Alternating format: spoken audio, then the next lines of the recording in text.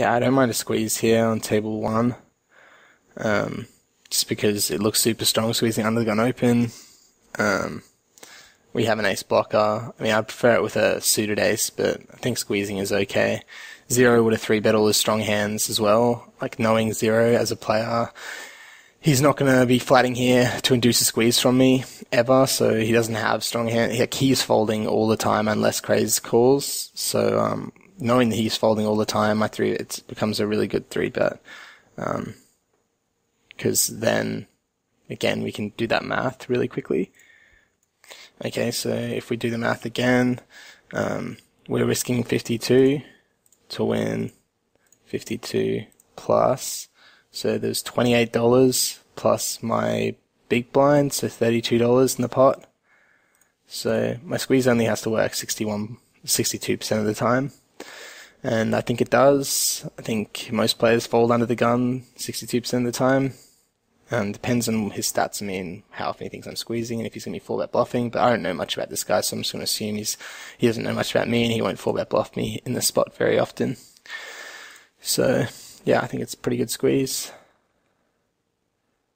This is assuming 0's never flatting there with a big hand, which I just don't think he's going to be doing. 9-6 suited's a call on the button once this fish is in the pot.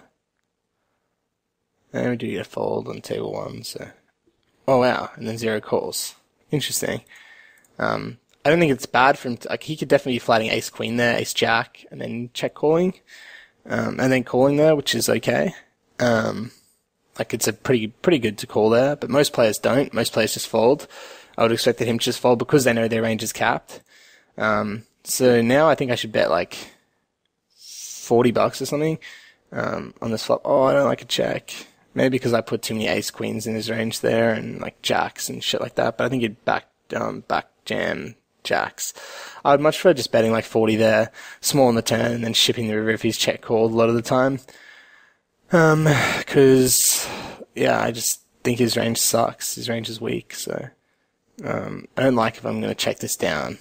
I think I should bet now. Even once I've taken the side, once I check back the flop, I should bet because I should bet small, like half pot.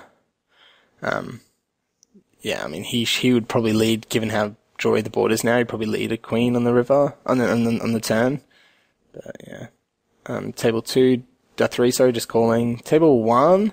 Okay, so I'm betting for value versus the fish and kind of a bluff versus the other players on table 2, sorry, with 9-6 suited. Jumping around a bit, but yeah. Okay, we'll talk about table 2, and it looks like I'm just checking down in table 1 and just giving up for some reason. I could even bluff this river now. I could overbet because I can have 8x in my range, and he can't. And I would just expect his range not to be very strong at this point.